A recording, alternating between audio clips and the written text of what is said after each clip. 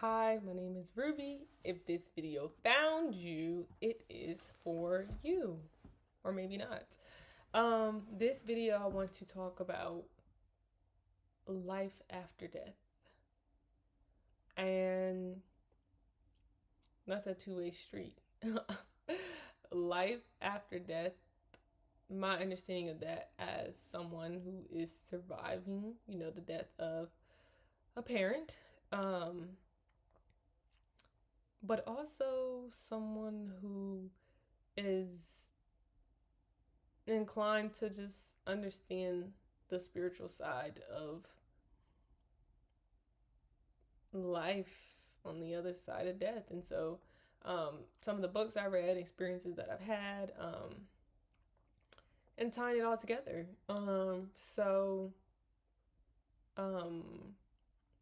My mother okay, we can go back before my mom passed away.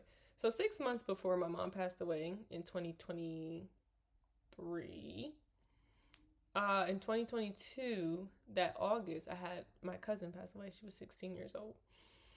And I was having a lot of dreams about her. And for those of you who don't know, I am someone who dreams. And not only do I dream, but I dream about, sometimes I dream about people who passed away, people that I don't even know who have passed away come to visit me. But if it's someone that I'm close to, I have dreams about things that end up coming to light or coming to pass. Or sometimes I can dream about the energy, pick up on the energy of things that are currently happening. So that's just a disclaimer. But I remember I was telling my mom, who grew up Christian and stuff, like, oh, I'm having these dreams of Naomi. And she was just like, Ruby, that's not Naomi. It's a spirit pretending to be Naomi. Let the dead rest. Or she brought up some scripture where he was like, I don't know, some scripture where somebody was like, let the dead rest or something. But I also went back and read that, and I wish he was alive to talk about the full context of that story. But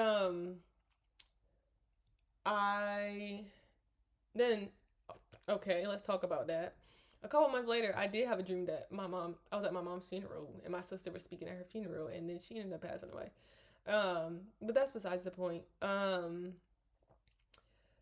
Okay, initial stage for me was shock. Like, your system is shocked. Like, what do you mean my mom passed away? Like,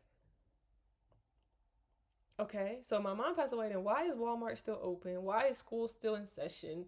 Why is the world still spinning? Like, you are trying to figure out what is going on. How can the world be spinning when my world has stopped? Like, it just doesn't make sense for a while. And so you go through these phases where I went through these phases where I was like, okay. Then I'm like, no, this isn't okay. Okay. It's just hard to conceptualize because it's like up until the moment that happened, she was here, but you're telling me she's not. So you're telling me if I go search this whole planet, I'm not gonna find her? Like, she exists in my head from this point forward in the memories that I have.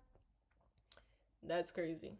Then once you get out of the shock, then you just get hit by a truck full of grief. And that cycle is low because you're trying to understand the meaning of life. What does this mean moving forward? What does this mean, about life? How can someone just live here and just be gone and just never come back? Like, and then what that means for you, all the things that, you start getting reminders of things, birthdays she's not here for, graduation she's not here to see, her kids, them changing and growing up. There's that. And then being around her family members, it's like, the only reason I know you is because of one person, and she's nowhere to be found. So being around them and the memories of that, and then you got the people who just want to be there for you, but they don't know what to say, and it's like, it's okay, you don't have to say anything. Or the people who miss her as well, or him, whoever we're talking about. The memories, especially like most people like stay in the same state or the same town, grow up in the same town. So it's like, dang, the first time I ever went to McDonald's, you brought me here. Or every store you have, you go through those phases. But you go through a phase 2 where you think it won't get better, but it does. I won't say it gets easier. you just know how to handle it more. It's like it's still that big of a hole, but when it first, it's like this giant ball, and they like, here you go. This is what you have to carry with you for the rest of your time being. And in the beginning, you're like, oh, I don't know what to do with it. I can't hold it. It's still heavy. Put it down, pick it like that. But then, as you mature and time goes on, you realize like, oh, let me just put it right here. Or like you learn to walk with it more. But it's still really, it still has that same impact. It's just you just learn how to carry it. And then, yeah, it's just like as you get older, especially if you lost a parent when you were younger, it's just like you see people who have their parents at their graduations or their events, or they can call them at work if they stressed out or something is going on. So you have those reminders like, dang. Or when you go to weddings and you see those things like, dang, it's like she died again in that moment. Like it's like she gonna die, but she gonna die every time you have a reminder that she's not here. But again, you learn how to get through those moments. Somehow it's magic, honestly. Excuse me. And then if we go to the other side of the street, talking about my understanding of the other side, it's not something that you. Okay, some people might watch this and they say, "Oh, they're in heaven with Jesus, living in mansions. We'll see them when we get there," but they don't come to us. They don't talk to us. I'm someone who believes that they are always around. I think like some people, they go rest for a little bit.